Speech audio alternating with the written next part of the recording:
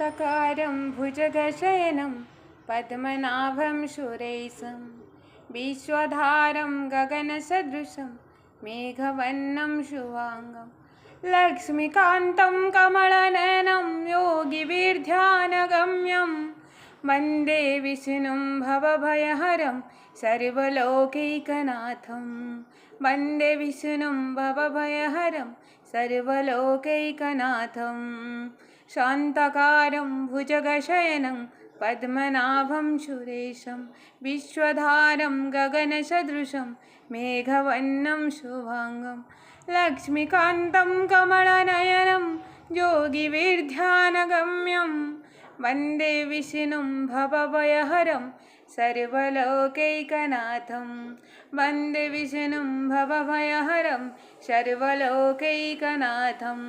ओम श्री परमात्मने नमः।